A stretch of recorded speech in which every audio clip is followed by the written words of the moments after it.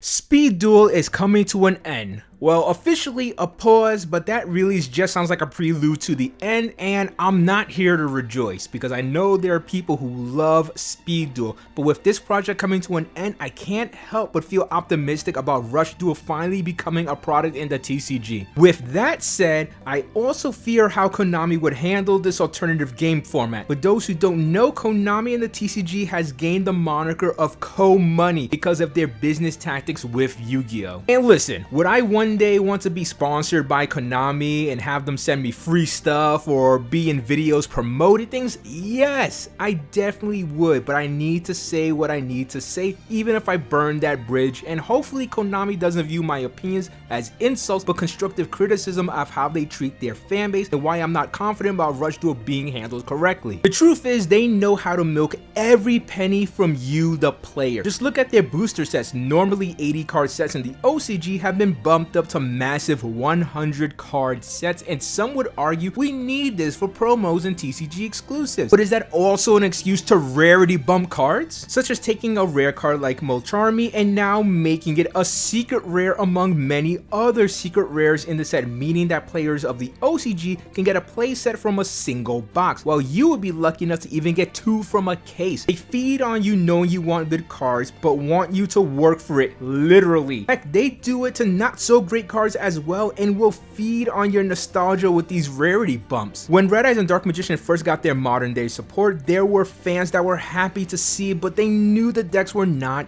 good. You could just look at the OCG competitive scene to see that they were not good decks, but that didn't stop Komoney from rarity bumping the hell out of them. So now you had to pay top dollar for even a bad deck. You want that valuable Blackstone or Legend for your Red Eyes? Good luck, and just hope that the secret rare in your box is not a damn Aromage Jasmine, which is also part of the tactic. Rarity bump cards specifically that people don't want, so it takes the spot of more sought after cards. I still remember going to the Storm of Ragnarok sneak peek and pulling a single ultra rare card, Sergeant freaking Electro. I was so freaking upset and asked, why did that horrible card need to be an ultra rare? And the reason that seems plausible is so that people can purposely pull duds and need to get more packs. Some might say, but unlike the OCG, we get a super rare in every pack. So you are getting a super rare card in every pack, but at times it is of a card that was never meant to be super rare in the first place, and in other cases valuable super rares like Ghost, Rabbit, and Ash Blossom are rarity bumped to secret rare, so you're still in a worse off position to find those certain cards. Now I'm sure someone would want to mention tins. That makes getting these cards a lot easier, and to that I say Konami is just fixing a mistake that they made in the first place. You can't thank Konami for making normally easy to get cards in the OCG that they purposely made harder to get in the TCG now more accessible. It's kind of their fault that they were not really accessible in the first place. That would be like hitting you with my car, then driving you to the hospital and expecting you to thank me for driving you to the hospital. Yes, Konami does have TCG exclusives, but what is the point of rejoicing about these TCG exclusives if the rarity of most of the deck is too high, making it difficult to even make the deck, and that's even for the bad TCG exclusive decks. Not to mention, TCG exclusives at times have balancing issues that allow them to define a whole format with their release in not so much positive ways. Well, what about promos, you ask? Well, I say, how about doing what Upper Deck did? You see, some of you might not remember Upper Deck, and they were not saints, but they knew how to at least give the player base what they want. Just look at the Kaiba and Yugi starter decks. They were absolutely packed with high rarity cards from the first set. Monster Reborn, Darkhold, Change Your Heart, Summon Skull, Guide the Fierce Knight, Curse the Dragon, Mystical Elf, Trap Hole. They were not shy about giving us tons of great cards, and best of all, they didn't rarity bump. Sure, in the beginning they loaded the first few sets, but that was because Yu-Gi-Oh! At the time had really small sets, so the first few releases were a combination of 2 sets at a time until they caught up to the OCG. But they didn't stop there. They released tons of tins with secret rare foiling of hard to get cards like Red Eyes and Jinzo, and even released promos in the tins, which wraps around to what Konami can now do for promos. Or even another tactic that Upper Deck used was something that we see in the Pokemon TCG today: release blister packs with a few packs featuring promos. You're gonna buy packs anyway, now you get packs and guaranteed promos as well. With that said, I don't think adding the 20 extra cards is inherently terrible. I mean, as a TCG player, we want promo cards, and now we can get them just by buying sets. TCG exclusives do add a little extra spice of life to the sets as well, and having a little bit of extra cards is not too terrible considering we do get more cards per pack than the OCG. But the problem comes in the execution. That doesn't mean you could take a super rare or a rare card I was looking forward to in the set and now just make it into a secret rare card. If you need more rare cards, well, guess what? You added 20 extra new cards. Why don't you dig into that card pool and see what can logistically be made into an ultra rare or a secret rare card instead of just bumping up things in the set that you know people are really gonna want just so they could buy more boxes. Do not be greedy. This had good intentions, but I think the execution is all wrong. Now, I understand having a larger set means that you're gonna need more rare cards, but let's not kid ourselves. You guys know exactly what you're doing with those rarity bumps. You know that you're thinking, hey, we have 20 extra cards, so we need more secret rares, we need more ultra rares, we definitely need more super rares.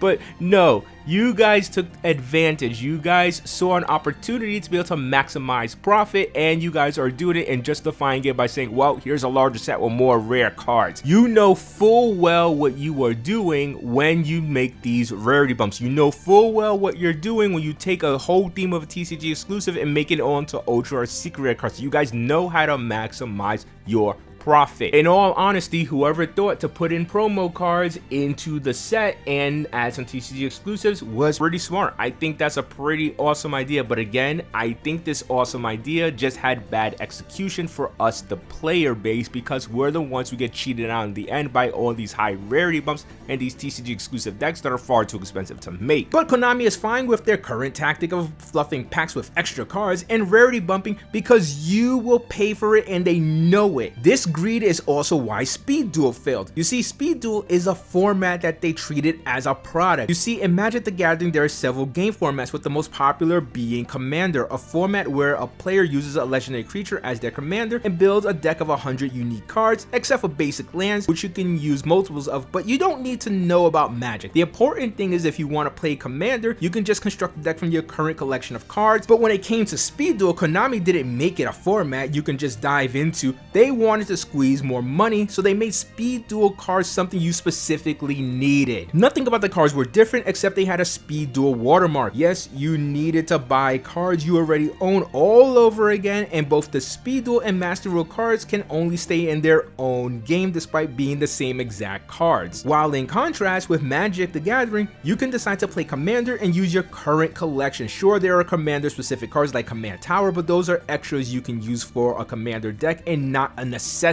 Now, I'm not saying Speed Duels should have never had a product. We need ways to get skill cards, so I say release bundles with skills and decks to give players what they need to start the format, and from there just need to add cards from their specific card pool from their collection to make a Speed Duel format deck. I think it's becoming apparent why I'm a bit afraid of Rush Duels coming to the TCG. Sure, I want the cards, but I want them to do it right. Rush Duel is supposed to be an easy to get into game, but if Komoney rarity bumps the heck out of the sets, then they are taking away what is supposed to be a new player-friendly game and making it more of a pay-to-win format like in regular Yu-Gi-Oh! I can easily imagine them making a rare card like Romance Pick as an ultra rare or Ship of Seven Treasures as a secret rare only card. I say leave things alone in rarity and make some minor changes. For one, I don't mind them combining some sets since Rush Duel sets in the beginning were very small. I also say have the Luke and Yuga decks, but buff them up with some cards from the set to decrease the booster set card pool. For example, instead of Seven's Road Witch and Dragonic Slayer as ultra rares in the set, make them ultra rare cards in the deck. Also create two new decks, a Romin and a Gakuto deck composed of the small amount of cards from the first two sets and a bulk from the character pack. This way Gitarna, Yami Ruler, Folder Bliss, and Kimi Ruler are now not in the sets but are now found in the starter decks, and the sets will still have appeal since you can find cards to power up those starter decks with notable cards used by the characters like Lightning Volcandor, Shock Dragon,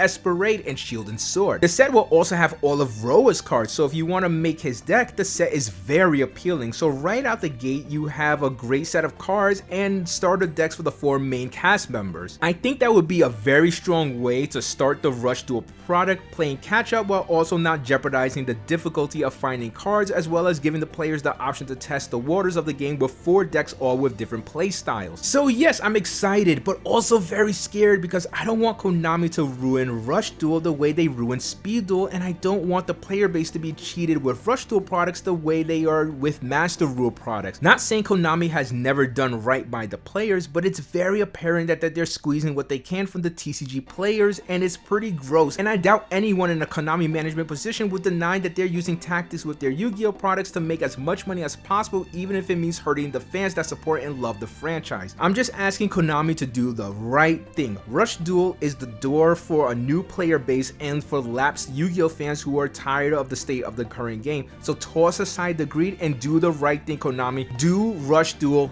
justice. And that's pretty much all I have to say about that. I've been wanting to make this kind of video for a while, but seeing the recent news of the pause / cancellation of Speed Duels and potentially maybe we're getting Rush Duel, I did want to put my feelings out there about how Konami's tactics work in the mainline game and what makes me fear them actually handling the Rush Duel product, and really hoping that they do right by us, the player base. So let me know what you guys think in the comments section. That's all I gotta say about this subject for now. So please like, comment, share, subscribe, do all the things that keep the channel alive, and peace out.